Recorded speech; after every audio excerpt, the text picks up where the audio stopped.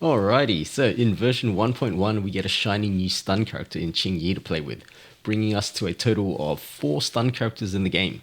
So that's 1 limited S rank in Qingyi, 2 standard stunners in Lycon and Kalita, and then little old Anby, our sole A rank stunner. So it's obvious what we have to do now, right? Stun Showdown. Alright, so let's lay down the rules first. So 1, we only care about the time that it takes to stun. We'll call that TTS or time to stun, and we'll set that as the time that it takes to bring an enemy from 0 days to when the chain attack meter pops. So even if the bar reaches 100 and starts flashing, if a character doesn't land the heavy attack to trigger the chain, we're still going to keep that timer ticking. And then 2, for the test against elites and bosses, to keep the timer fair, what I'm going to do is start every fight with a dodge counter, and then I'll be using my video editing software to capture the exact frame in which the white dodge counter flash appears, and we'll use that as the starting point for the timer. Our timer ending point is then going to be the exact frame in which the chain meter bar appears.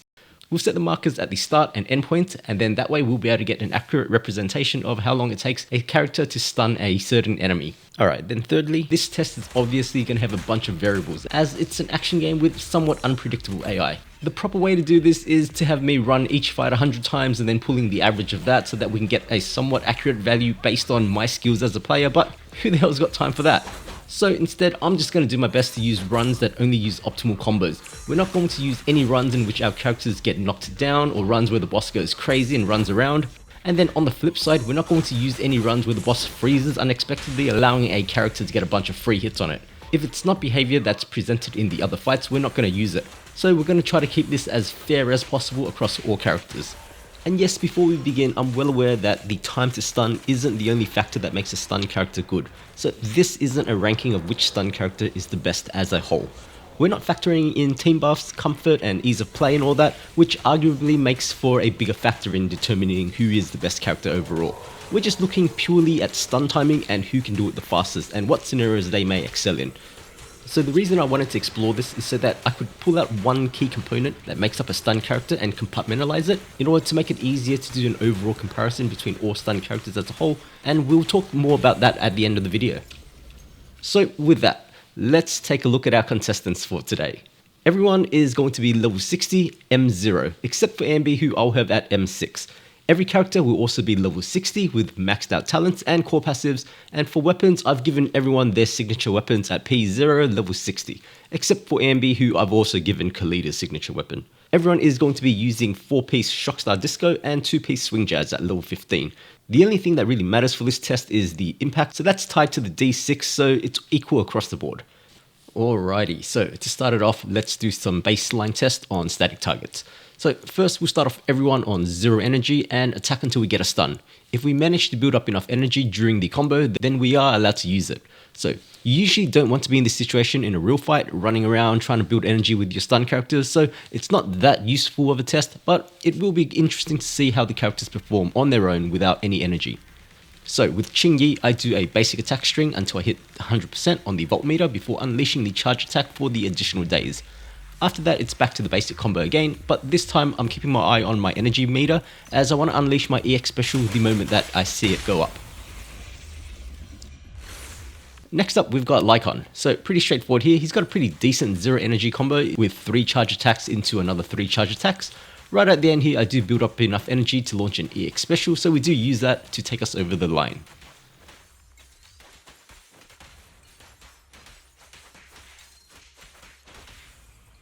Now, next we've got Kalita, and this test is unfortunately pretty brutal for her. Her entire gimmick is built around having the enhanced basic attack state active, and so she's pretty much played at the worst possible state in this example right here.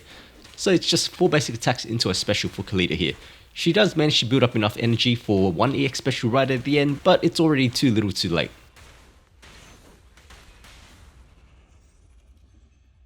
Okay, now we've got Anby. So even without energy, we still want to do the same bread and butter combo, which is 3 basics into a special into a basic 4 for the Thunderbolt combo. So we need to do this 4 times here before we build up enough energy for the EX special, which we do get right at the end, and we use that to land the stun. Alright, now we'll put it all side by side and we'll see who the winner is.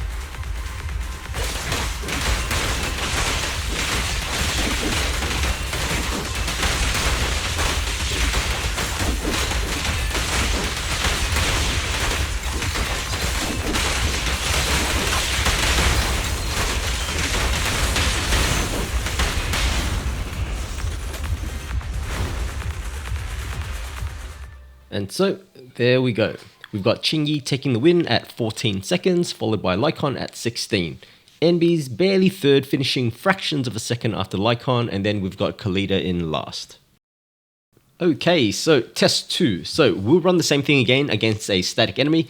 This time, however, we'll let everyone start off with 1 full bar of energy and we'll see what changes.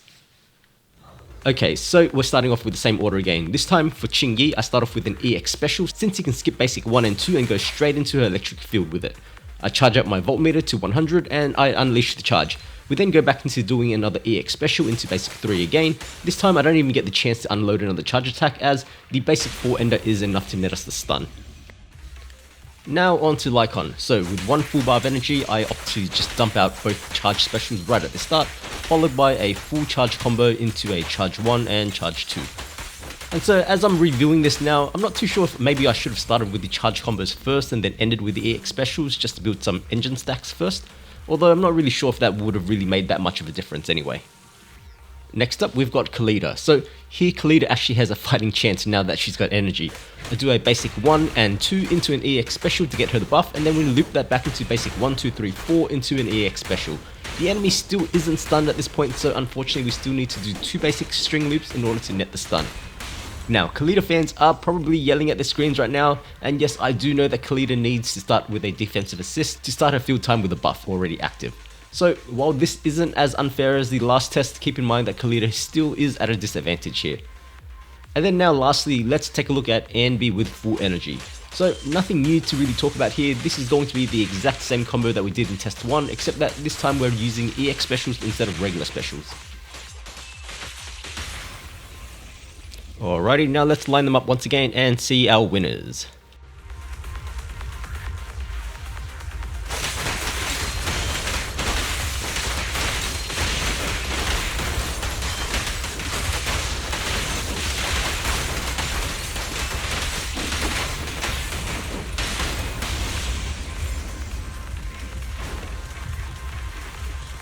Okay, now that's pretty interesting. So this is what we like to see. We've got some shifts in positions now that we've added some energy into the mix. Qingyi has now dropped significantly, going from first place all the way to third.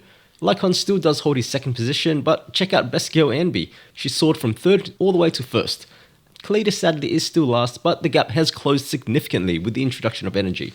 So that really goes to show how dependent Anby is on her EX specials to maximize her stun combos.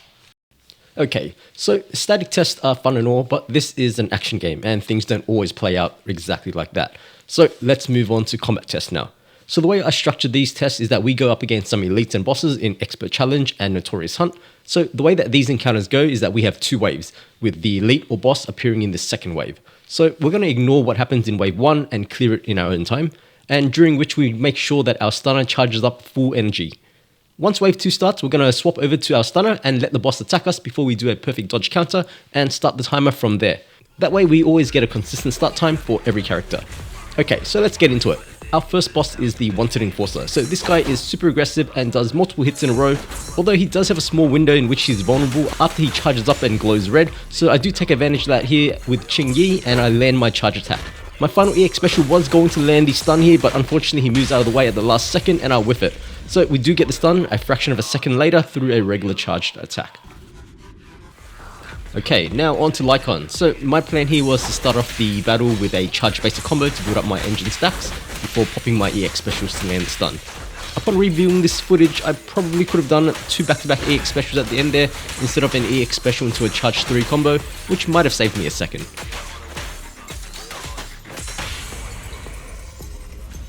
Okay, now for Khalida. So this time Khalida starts the fight with a furnace buff from wave 1, so she's finally going to combat primed. And damn, would you look at that. It's the Khalida redemption arc. I don't even have enough time to talk about what I did before the fight's already over. So we waltzed in there with Khalida, did 2 basic 4s into an EX, and that was that.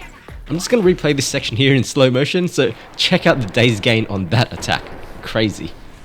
Alright, and now for Anby. So for this one, we saw earlier how much days she gets from EX specials, so the aim was to get those out, making sure that we do combo it into her attack string to make use of the bonuses. So the first one was incredibly close, but we managed to pull it off, and the second one made use of the red glowing vulnerability window, so that was a lot safer. Alright, so now with that done, let's pull it up side by side and see who our winners are.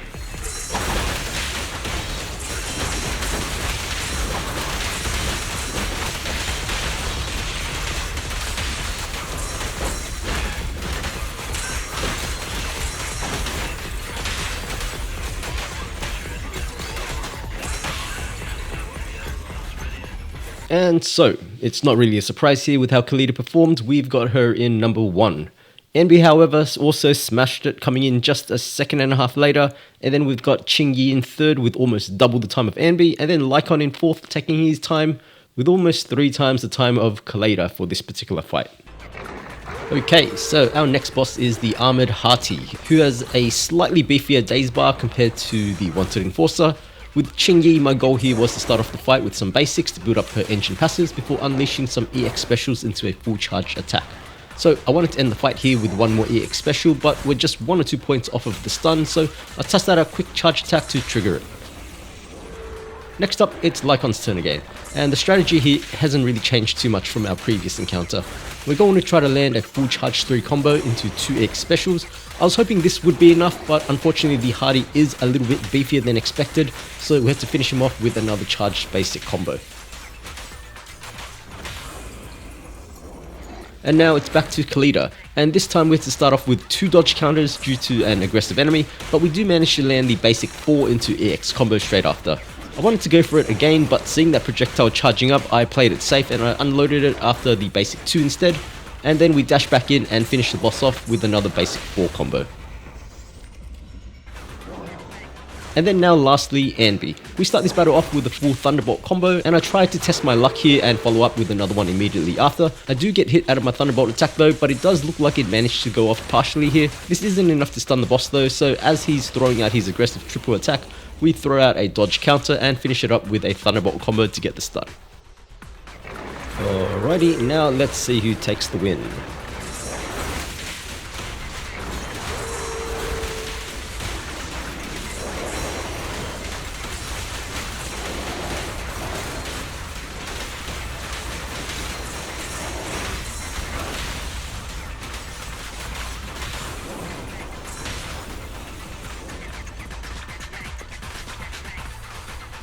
Okay, so let's talk about what happened here. So Kalita, who was the clear winner last time, has now dropped to 2.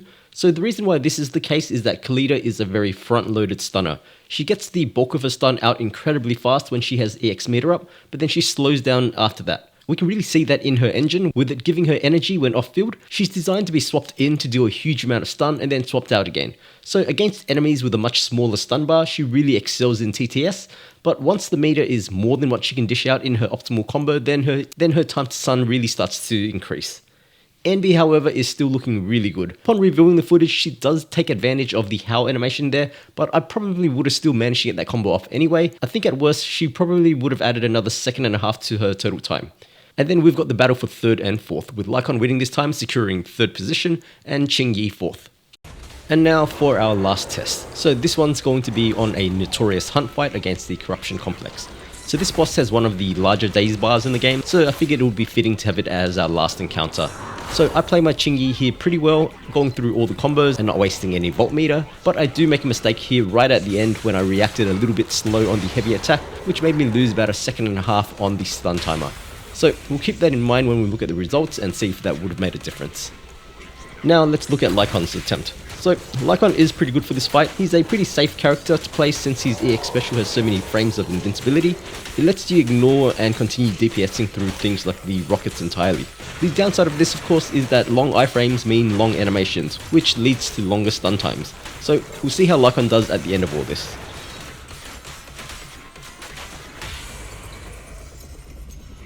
Next up, it's Kalita's turn, and we can see exactly what we just spoke about in action here. Kalita's days values are so front loaded, she's managed to push the boss to 75% of the days bar with just 2 EX specials. But then unfortunately after that we are stuck just spamming basic attacks to fill up the rest of the meter, which does end up hurting her times. Okay, and now finally we've got Envy. So we start off with a dodge attack into a full Thunderbolt combo, into another dodge counter and one more Thunderbolt combo. So just from this alone we've managed to take the boss to 96% days. He unfortunately does back away here, but Envy dashes after him and makes quick work of it.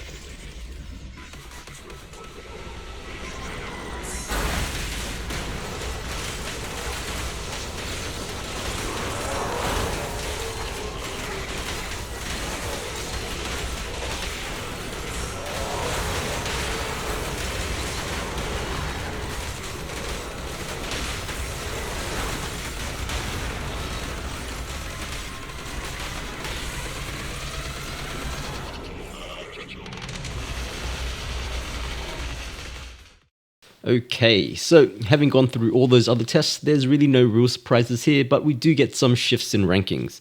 So it's clear by now that Anby is the reigning queen of stun, easily securing number 1 position. Qingyi does however come into 2nd position at 16 seconds, although we did have a bad finish with her, even factoring that in, she's still nowhere near beating Anby. Khalida, while she had a really strong start, she did fall off later on in the second half of the boss and snagged 3rd. And then once again, Lycon coming in last. Although he definitely was the most comfortable to play against this boss, sadly comfort doesn't cut it in this TTS competition. Alright, so that was pretty fun, wasn't it? But like I said at the start, this is just a comparison into a single component of what makes up a stun character, and there's so many other factors that we need to take into account. Some of them are easy to compare, such as team buffs or enemy debuffs, which would just directly reduce team kill times, but others are much more complex and really depends on the player, such as ease of use and comfort. For example, on paper here, Anby is by far the fastest stunner, but it comes at a cost. Out of all my runs, Anby probably had the most fluctuations in clear times due to how easy it was to lose her backloaded combos. You can see here that when we cherry pick the best clears, Anby is unbeatable. But it would be interesting to see the average clear times across 100 clears with each character, as I think that might tell a different tale. My personal takeaway from all of this though is that my confidence in the Zenless Zone Zero's team's ability to balance characters of the same roles has honestly improved. Having looked over this, it's now really clear that while we do have 4 stunners, they all play a different role and have different strengths, which is really good to see. Anby is the best stunner in the game in terms of time to stun, but to make up for that, she provides almost zero utility to the team in ways of team buffs or debuffs outside of stun damage multipliers. Khalida, on the other hand, is the best front-loaded stunner in the game, and excels in certain situations where she's able to quickly swap in and blow up small to medium-sized elites. And then the funny thing about all this talk about Anby versus Qingyi and whether or not Qingyi will power creep Anby is that at the end of the day, it wasn't Anby that was in danger of being power crept, it was Lycon. Lycon plays a similar role to Qingyi in that they both have lower stun times, but to make up for it, they provide better team buffs, with Lycon providing an additional 35 stun multiplier while Qingyi provides 60. The saving grace for Lycon is that we still do require 2 teams for Shiyu, which means we require 2 stunners, so far he hasn't lost any value at all. And so that's it for the stun showdown. Hope you guys enjoyed it. I'm pretty sure I probably did something wrong in this video and that someone's going to get annoyed by it, but please let me know down in the comments how badly I messed up.